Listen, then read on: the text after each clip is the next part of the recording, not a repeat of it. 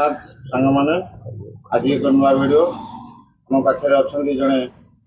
साधु महात्मा देखिपे आज आम दुकान साधु को देखिए प्रणाम कली देखिपे आसे आमर गुरु दाता गुरु आम ही अनुसरण करवा आम जीवन लक्ष्य आम आज कि शुणा आध्यात्मिक विषय मैंने देखिपे अलेख महिमार आज भावी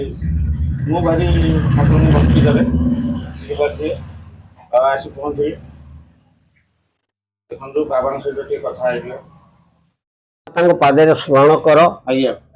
पिता बटंती मो अनादि ठाकुर माता आदि शक्ति नारी जुगल अंगरु जन्म लभिची कवि कृत्य कला धरी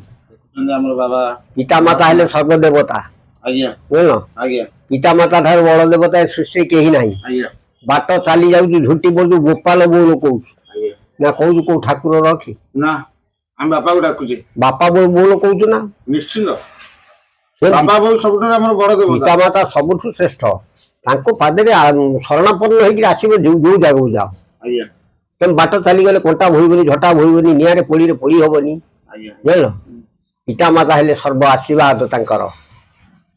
सेमाने जदि आशीर्वाद पाइबो योडी जीवो किछि भयभीति ना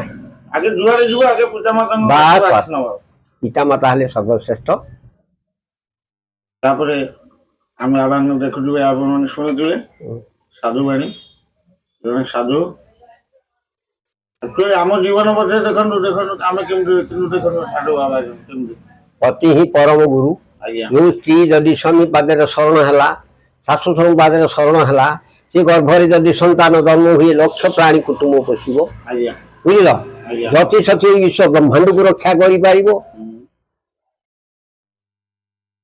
आमे भी से बाबा जगत कौन बार्ता दवा आज लोक मान कलिजुग कौन दवा से तो शिक्षा संस्कार शिखिलेनी पिला बीए पढ़ी बाट चली गले कहले गोटे प्रश्न पचार मो पु कि पाठ पढ़ो ये पाठ तो पु पढ़ी जड़े लोक इंजीनियर पास कला हजार हजार लोक खटेला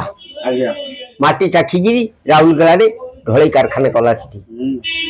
आपण मैंने पाठ पढ़ी चाकरी नहीं तुम किसी बुद्धिबुद्धि किसी ना तुम किसी आइडिया अनुभूति धरिया किसी अनुभूति तुम आसुनी खाली बाप धन खाऊ तो बड़ भाया बुलुच कौन आम पाठ पढ़ी चाकरी नहीं आम कि चाकरी दो गोटे पिला पचारि बोले बापा स्केल के 11 इंच बुझल आज कलिजुग लोक मैंने ठाकुर भक्ति ठाकुर गुरुजन सम्मान करवा बहुत लोग सब बदली गले बापा गति चिट्ठी खंडे लिखा कौन लिखा से विषय किसी जना ना पार्टी पाक पढ़ुनी हेडिंग लिखे पार्टी पाक कर बापा को निकट बापा विदेश मोर पैसा दरकार है चिठीटा कौन लिखी हेडिंग लिखी से लिखि पारना आ कौन करा कही सर्वश्रेष्ठ पादे शरणापन्न हुओ गुरु पिता माता गुरु इष्ट देवता गुरु तो साक्षात ब्रह्म बाट चली जाऊँ झुटी बुझू बापल बोल कहू क्या डाकू ये वायुमंडल आम जो आकार ये सूर्य जदि किरण न था आम बंची पारि थे कई दिन है आम कि अवस्था है बहुत कष्ट बहुत चाषी बहुत धान चाषी कष्ट मनीष निजे कष्ट घर बाहर ये देहता अतिबाहित कला से सूर्य किरण रश्मि पड़ार आम रश्मि देवार आम टे आत्मजात हो चली जाए वर्षा ठीक टाइम लोक देख धान का हैरान हैरान भी हैरान हो गले प्रभु टे चिंतन कर भगवान तुमरी पिंडे अच्छा 33 कोटी देवता घर कर रही तमें चिंतन कर सी तुमको देखा देवी तुम बाप माँ पादे शरण पश तुम रिजल्ट 15 दिन में पाइब 15 दिन में बेसी ना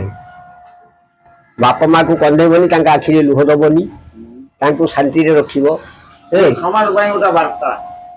हाँ शांति रखिब पाद पयर पूजा करुथब सी जिते आशीर्वाद दब तुम भाग्य रेखाटा से खोल भाग्य रेखा कौन थाए ତମ ଭାଗ୍ୟ ରେଖା ତମ ହାତରେ ଆମ ହାତରେ ତମ ହାତରେ ତାଙ୍କ ଆଶୀର୍ବାଦ ହେଲେ ସେ ଭାଗ୍ୟ ରେଖାଟା ଖୋଲିବ।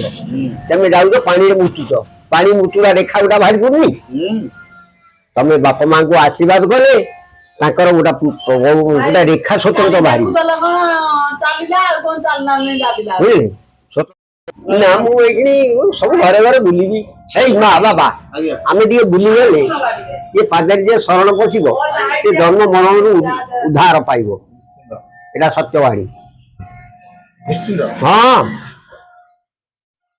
ଜୀବନର ମୁକ୍ତି ମାର୍ଗ କଣ? ମୁକ୍ତି ମାର୍ଗ ଗୁରୁ ପାଦ ସେବା ଗୁରୁ କିଏ ହେଲେ ପିତା ଗୁରୁ ମାତା ଗୁରୁ ଶିକ୍ଷା ଗୁରୁ ଦୀକ୍ଷା ଗୁରୁ ତମେ ଗୁରୁଜନ ସ୍କୁଲକୁ ଯାଉଛ ଗୁରୁଙ୍କୁ ଆଗେ ସ୍ମରଣ କରିବ ଆଉ ପିଲାମାନେ ଯାଉଛନ୍ତି ସ୍କୁଲ ପିଲାମାନଙ୍କୁ ଯାଇକି ସ୍କୁଲରେ କହେ ଏଇ ପିଲାମାନେ ଆସ ତମେ ଆଗେ ଆସିଲେ ସ୍କୁଲକୁ ତମ ବାପା ମାଙ୍କୁ ଶରଣ ହେଇକି ଆସିବ ଆରେ ଇଏ ଗୁରୁଙ୍କୁ ଶରଣ ହବ ଶିକ୍ଷା ଗୁରୁଙ୍କୁ ଶିକ୍ଷା ଗୁରୁଙ୍କୁ ଶରଣ ହେଇକି ବିଦ୍ୟା ହାସଲ କରିବ ବିଦ୍ୟା ଠାରୁ ଅବାନ ଜିନିଷ ଆଉ କିଛି ନାହିଁ ଯେମିତି ଆମର କବି କହିଦେଲେ ଧନୀ ସିନା ପୂଜା ରାଜା ସିନା ପୂଜା ପାଏ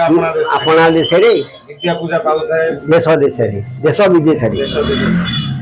ଦେଖନ୍ତୁ ଆପଣ ଜଣେ ସାଧୁଙ୍କ ପାଖରୁ ଏମିତି ହିଁ ବାର୍ତ୍ତା ହିଁ ଶୁଣିପାରିବେ ଏଇଟା ହଉଛି ଆମ ସମାଜ ପାଇଁ ଆମ ଦେଶ ପାଇଁ ଆମ ଜାତି ପାଇଁ ବହୁତ ମଙ୍ଗଳଦାୟକ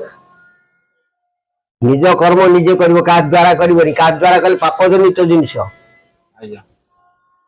ମୁଁ ତ ଜଣେ ଆଣିକି ଠାକୁର ପୂଜା କଲି ସେ ତ ବୁଝିଲା ସେ ତା ଲାଭ କଲେ ତମେ କଣ ପାଇଲ ତମେ କଣଟା ପାଇଲ ତମେ ତାକୁ ପ୍ରଭୁଙ୍କୁ ଦିନେ ଚିନ୍ତନ କରୁଛ ସେ ପଥର ସ୍ୱରୂପେ ଆମର ଯୋଉ ଏକଲବ୍ୟ ନେଇକିରି ଇଏ କରିଥିଲା ଆଜ୍ଞା ତାକୁ ଗୁରୁ ଯେତେବେଳେ ଇଏ କଲେ ସେ ସବୁ ଯାଇ ନିଜେ ମୂର୍ତ୍ତି କରିକିରି ନିଜେ କହିଲା ଏଇ ମୋର ଗୁରୁ ମୁଁ ଯୁଦ୍ଧ ବିଦ୍ୟା ଶିଖିବି ସେ ନିଜେ କରିଥିଲା ନା କଣ ସେଠି ଗୋଟେ ମୂଲ୍ୟା ରଖିଥିଲା ଏଠି ମୂଲ୍ୟାଟା ଏଇଠି ଭୋଗରାଗ ଦଉ ତାକୁ ଖୁଆଇ ଦଉ ମୁଁ ଯୁଦ୍ଧ ବିଦ୍ୟା ଶିଖିବି ନା ତାକୁ ପିଣ୍ଡ ପ୍ରାଣ ସମର୍ପଣ କରିଥିଲା ସେଇଠି ପିଣ୍ଡ ପ୍ରାଣ ସମର୍ପଣ କଲା ସେଇଠି ତାକୁ କହିଲା ଏ ମୋର ଗୁରୁ ବାବା ଆମେ ପ୍ରଭୁଙ୍କୁ ପାଇବା ହେଲେ ନିଜକୁ ସମର୍ପଣ କରିବାକୁ ପଡିବ ତାପରେ ଆପଣ ଯାଇ ଈଶ୍ୱର ପିଣ୍ଡ ପ୍ରାଣ ସମର୍ପଣ କଲେ ପ୍ରଭୁଙ୍କୁ ପାଇବ ଯେତେବେଳେ ଦ୍ରୌପଦୀ ବି ବସ୍ତ୍ର ହରଣ ହେଇଥିଲା ଯୋଉ ପର୍ଯ୍ୟନ୍ତ ଦି ହାତ ନ ଟେକିଛି ସେ ପର୍ଯ୍ୟନ୍ତ ଆସିଲାନି ଦ୍ରୌପଦୀ ଯେତେବେଳେ ଦି ହାତ ଟେକିଦେଲା କୋଟି ବର୍ଷ ଅଜାରି ହେଲା ପ୍ରଭୁ ରକ୍ଷା କର ଇଏ ରକ୍ଷା କର ସବୁ ତାରି ଇଚ୍ଛା ସେ ସବୁ ଦେଲା ଆଇ ଟିକିଏ କୋନା ଦେଇଥିଲା କୋଟିଏ ବର୍ଷ ଦାନ ପାଇଲା ତମେ ଟିକିଏ ଦେଇଥିଲେ ଗୋଟିଏ କଣ୍ଟା ଆମେ ପକଉଥାଇ ଖାଲି କଣ୍ଟାରେ ମାଛ ଲାଗିବ ତା ଦେହରେ ଝିଅଟି ଉଠିଲେ ସେଉଟି ଧରିବା ସେମିତି ଟିକେ ଦାନ ଦେଇଥିଲେ ସେ ପୂର୍ବ ଦାନ ସେ ତମର ରହିଛି କେହି ଦେବେନି ତାକୁ ସେ ଧନ ହଜିଲା ଧନ ନୁହଁ ସେଟା ପାସବୁକ୍ ଡିପୋଜିଟ ଧନ